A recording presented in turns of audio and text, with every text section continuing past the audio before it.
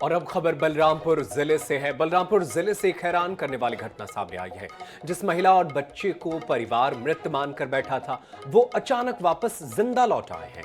दरअसल साल 2023 में राबिया परवीन अपनी 2 बेटियों को लेकर घर छोड़कर चली गई थी, जिसके बाद अबुल हसन ने अपने परिवार को काफी ढूंढा, लेकिन इस बीच उसे ये पता चला कि एक महिला और 2 बच्चों की लाश मिली है, जिसकी शिनाख्त उसके परिवार के रूप में उसने की और सभी का कफन दफन किया। लेकिन अचानक से साल भर के बाद राबिया परवीन अपनी बच्चों के साथ अब वापस लौट आई है। उसने बताया कि काम दिलाने का झांसा देकर उसे एक शख्स अंबिकापुर ले गया, अंबिकापुर से उसे राजस्थान लेकर गया और वहां पर बंदी बना लिया। हालांकि अब राबिया और अबुल साथ में रहते हैं। लेकिन पुलिस के लिए चुनौती यह है कि आखिर अबुल ने किन 3 लोगों को कफन दफन किया है, उनके वास्तविक परिजन कौन है। तो इन 3 लाशों की पहेली आखिरकार क्या है, ये सुलझ नहीं पा रही है। जिंदा लौट आई हैं पत्नी और 2 बच्चियां, लेकिन अबुल ने जिन 3 लोगों का अंतिम संस्कार किया था, उन्हें कफन दफन किया था, वो लाशें किसकी थी, उनके परिजन आखिरकार कहां हैं, ये अब जांच का विषय है। बिल्कुल, तो 3 लाशों का कफन दफन कर दिया जाता है और पहचान को लेकर के बड़ा सवाल यह है कि पुलिस प्रशासन की टीम किस तरीके से जांच पड़ताल करती है कि गलत तरीके से गलत आदमी शव का कफन दफन कर देता है। यह बड़ा सवाल है। देखना होगा इस पूरे मामले में जांच पड़ताल में क्या रिपोर्ट सामने आती है। जैसे कि डेड बॉडी ऊपर रखा हुआ है, खसिया थाना रायगढ़।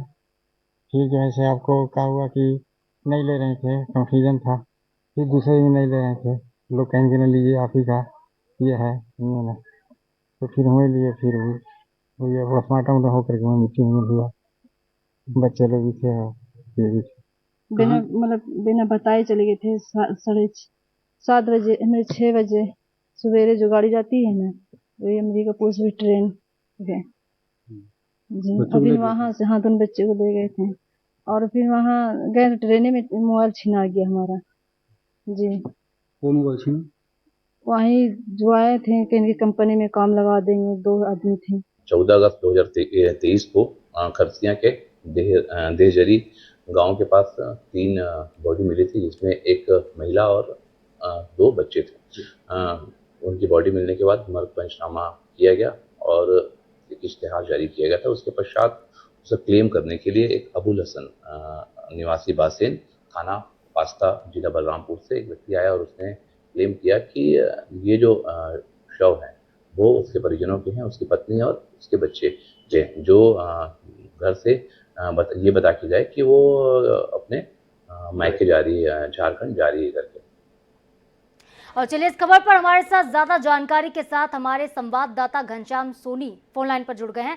घनश्याम, आखिर क्या है ये पूरी पहेली, किस तरह से कफन दफन किया जाता है 3 लाशों को, लेकिन बाद में पत्नी भी जिंदा लौट आई, बच्चियां भी लौट आई हैं, अब पुलिस क्या कह रही है पूरे मामले को लेकर? देखिए, बहुत ही हैरान करने वाला मामला है। रायगढ़ जिले में एक लाश मिला था साल 2023 में। माफी चाहूंगा, एक लाश नहीं बल्कि 3 लाशें, 2 बच्चे की और एक महिला की। और उस महिला और इस बच्चे की शक्ल हूबहू इनसे मिलती थी, राबिया परवीन से, जो अभी जिंदा हैं, जो कुसमी में रह रहे हैं। दरअसल राबिया परवीन की अपने पति से जब लड़ाई हुई तो वो अपने बच्चों को लेकर के घर से भाग गई थी और उसके बाद जब लाश रायगढ़ में किन्हीं अन्य की मिली तो उनके पति को उनकी पत्नी और बच्चा होना ही ऐसा जो है उस लाश को देख करके लगा, जिसके बाद पुलिस ने लाश की शिनाख्ती की और रायगढ़ पुलिस ने कफन दफन भी इस लाश से करवा दिया। अब साल भर बाद जब महिला लौटी तो फिर बिल्कुल हैरान करने वाला मामला था। जिनका कफन हो गया, जिनका दफन हो गया, वो जब वापस लौटे हैं तो हैरानी तो होती ही है। और पुलिस के लिए पहली यहाँ पर ये बन रही है कि जिस महिला और बच्चों के लाश का जो है अंतिम संस्कार किया गया, आखिर वो कौन थे जब राबिया जिंदा है। तो कुल मिलाकर देखिए, एक तरफ से ये कहें कि जिस तरह से फिल्मों में देखा जाता है कि मृतक वापस लौटते हैं, हालांकि राबिया कभी मृत हुई नहीं थी, तो कुल मिलाकर के एक हमशक्ल की कहानी से कह सकते हैं। अब फिलहाल पुलिस जांच कर रही है कि जिनका कफन दफन हुआ वो कौन थे, लेकिन यहाँ पर अच्छी खबर ये है कि अबुल हसन की जो पत्नी और बच्चे जो उनसे दूर हो चुके थे वो वापस फिलहाल लौट चुके हैं और सही सलामत हैं। जी बिल्कुल सही सलामत लौट चुके हैं घनश्याम, लेकिन बड़ा सवाल ये है ना कि क्या कहीं ना कहीं लापरवाही तो हुई ना लाश के जांच रिपोर्ट में, तभी तो ये किसी और के घर चली जाती है, वहां पर कफन दफन कर दिया जाता है।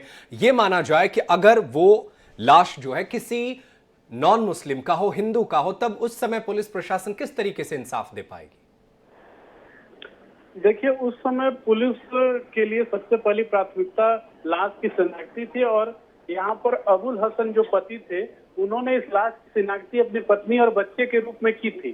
तो जाहिर सी बात है कि इसे पति की ही लापरवाही कह सकते हैं कि उन्होंने अपने बच्चों और पत्नियों को पहचानने में जो है गलती किया था कुल मिला करके। फिलहाल अब ये देखना होगा कि आगे किस तरह से पुलिस इसमें आगे बढ़ती है, समाज आगे किस तरह से इसमें आगे बढ़ता है। बिल्कुल, पुलिस की जांच किस तरीके से आगे बढ़ती है और क्या आगे बढ़कर डीएनए टेस्ट कर उनकी जानकारी निकाली जाएगी जिनका कफन दफन कर दिया गया। बहुत शुक्रिया घनश्याम, तमाम जानकारी के लिए आप नजर बनाए रखिएगा, आगे भी आपसे जानकारी हासिल करते रहेंगे।